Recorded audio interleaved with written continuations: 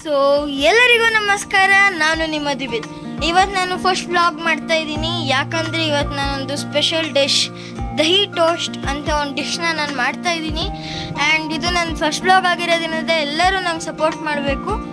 And ಇನ್ನೊಂದು, ಈ ಥರ ಯಾವುದೇ ಸ್ಪೆಷಲ್ ಇವೆಂಟ್ಸ್ ಅಥವಾ ನಾನೇನೋ ಸ್ಪೆಷಲಾಗಿ ಮಾಡಬೇಕಾದ್ರೆ ನಾನು ಒಂದು ವ್ಲಾಗ್ನ ಅಪ್ಲೋಡ್ ಮಾಡ್ತೀನಿ.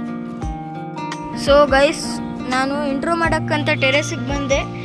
ಇಲ್ಲಿ ಆಲ್ರೆಡಿ ವೆದರ್ ನೋಡಿ, ಮಳೆ ಮೋಡಗಳು ಆಗಿದ್ದಾವೆ. ಸೊ ಮಳೆ ಬಂದರೆ ದಹಿ ಟೋಸ್ಟ್ನ ಬಿಸಿ ಬಿಸಿಯಾಗಿ ತಿನ್ನೋಕ್ಕೆ ಸಕ್ಕತ್ತಾಗಿರುತ್ತೆ. ಸೊ ಲೆಟ್ಸ್ ಸಿ ಏನಾಗುತ್ತೆ ಅಂತ. ಸೊ ಗೈಸ್, ಈಗ ಡೈರೆಕ್ಟ್ಲಿ ಕಿಚನ್ಗೆ ಹೋಗೋಣ. ಇನ್ 3, 2, 1. ಸೊ ಗೈಸ್, ಇದು ನಮ್ಮ ಕಿಚನ್.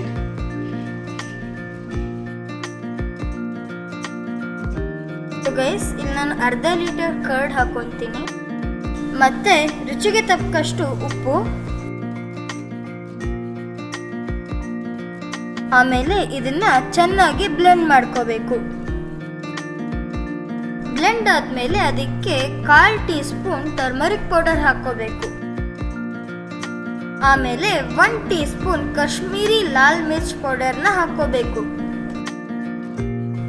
ಆಮೇಲೆ ಇದನ್ನ ಚೆನ್ನಾಗಿ ಮಿಕ್ಸ್ ಮಾಡ್ಕೋಬೇಕು. ಆಮೇಲೆ ಮೆಣಸಿನ್ಕಾಯಿನ ಕಟ್ ಮಾಡ್ಕೋಬೇಕು. ಮೆಣಸಿನ್ಕಾಯಿ ಕಟ್ ಮಾಡೋದು ಇಷ್ಟೊಂದು ಕಷ್ಟ ಅಂತ ಅಂದ್ಕೊಂಡಿರಲಿಲ್ಲ. ನಾನು ತುಂಬ ಸ್ಲೋಗ್ ಮಾಡ್ತಿದ್ದರಿಂದ ಇವಾಗ 2x ಸ್ಪೀಡಲ್ಲಿ ನೋಡಿ ನೀವು.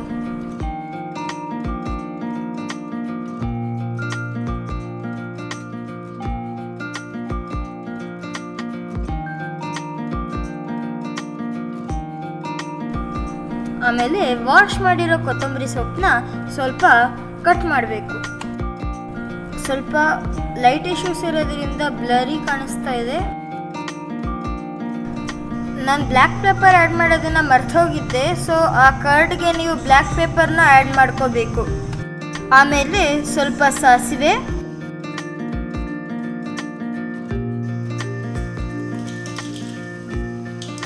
ಆಮೇಲೆ ಸ್ವಲ್ಪ ಕರಿಬೇವು,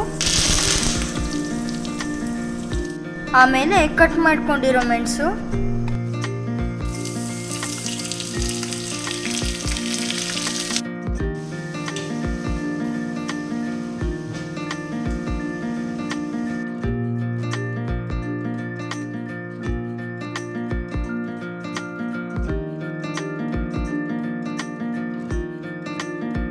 ಆಮೇಲೆ ಒಗ್ಗರಣೆನ ಕರ್ಡ್ಗೆ ಹಾಕೋಬೇಕು.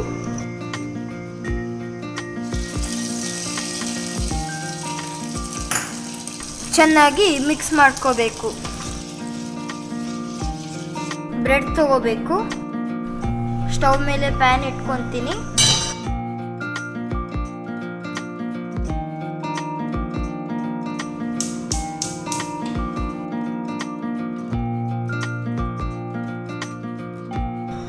ಬ್ರೆಡ್ನ ರೆಡಿ ಮಾಡಿರೋ ಕರ್ಡ್ಗೆ ಡಿಪ್ ಮಾಡ್ಕೋಬೇಕು.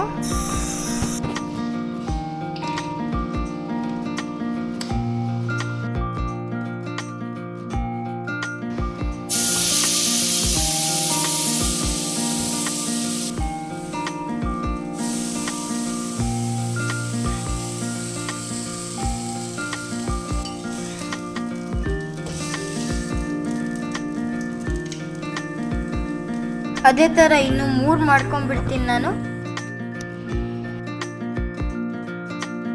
ಗೈಸ್, ಇವಾಗ ದಹಿ ಟೋಸ್ಟ್ ಅಂತೂ ರೆಡಿ ಆಗಿದೆ. ಬಟ್ ಇವಾಗ taste okay. So first taste.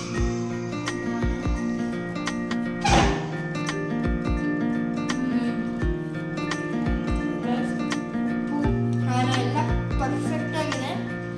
ನೀವು ಟ್ರೈ ಮಾಡಿ ನೋಡಿ, ಆಮೇಲೆ ಗೊತ್ತಾಗುತ್ತೆ ಟೇಸ್ಟ್.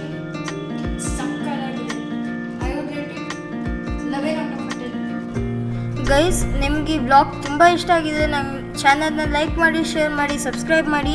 ನನಗೆ ಎಡಿಟಿಂಗ್ ಮಾಡೋಕ್ಕೆ ತುಂಬ ಟೈಮ್ ತೊಗೊಂಡಿದೆ, ಅದಕ್ಕೆ ನನ್ನನ್ನು ಸಪೋರ್ಟ್ ಮಾಡಿ. ನಾನು ನಿಮಗೆ ನೆಕ್ಸ್ಟ್ ವೀಡಿಯೋದಲ್ಲಿ ಸಿಗ್ತೀನಿ. ಅಲ್ಲಿವರೆಗೂ ಟಾಟಾ, ಬಾಯ್.